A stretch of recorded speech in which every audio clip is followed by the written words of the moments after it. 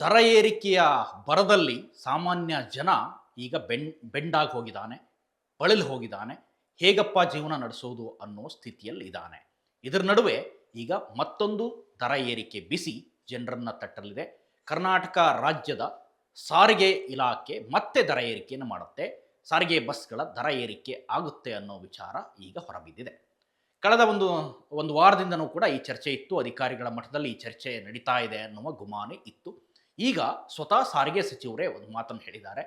ಸಾರಿಗೆ ಇಲಾಖೆ ಈಗಾಗಲೇ ನಷ್ಟದಲ್ಲಿದೆ. ಸುಮಾರು 5,000 ಕೋಟಿ ನಷ್ಟ ಸಾರಿಗೆ ಇಲಾಖೆಗೆ ಆಗ್ತಾ ಇದೆ. ಹಾಗಾಗಿ ದರ ಏರಿಕೆಯನ್ನು ಮಾಡಬೇಕಾದಂಥ ಅನಿವಾರ್ಯತೆಯಲ್ಲಿ ಸಾರಿಗೆ ಇಲಾಖೆ ಇದೆ ಅಂತ ಹೇಳಿದ್ದಾರೆ.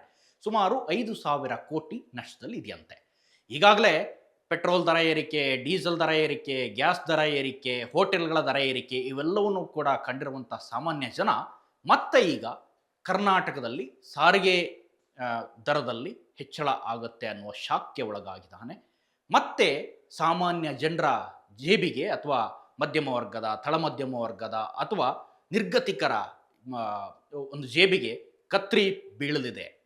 ಸೊ ದರ ಏರಿಕೆ ಮಾಡೋದಂತೂ ನಿಶ್ಚಿತ ಅನ್ನೋ ಮಾತನ್ನು ಹೇಳಿದ್ದಾರೆ. ಏನೋ ಸಾಮಾನ್ಯ ಜನ ಭರಿಸುವಂಥ ಮಟ್ಟದಲ್ಲಿ ಇದ್ದರೆ ಓಕೆ, ಆದರೆ ದುಪ್ಪಟ್ಟು ದರವನ್ನು ಏರಿಸಿಬಿಟ್ರೆ ಭಾಳ ಕಷ್ಟ ಆಗುತ್ತೆ. ಸಾಮಾನ್ಯ ಜನ ಇದರಿಂದ ಮತ್ತೆ ಬಳಲಿ ಹೋಗ್ತಾನೆ. ಇದಿಷ್ಟು ಈ ಕ್ಷಣದ ಅಪ್ಡೇಟ್ಸ್ ಇಂತದೆ. ಮತ್ತಷ್ಟು ಕಂಟೆಂಟ್ಗಾಗಿ ನೋಡ್ತಾ ಇರಿ ಸುಮನ್ ಟಿವಿ ಕನ್ನಡ.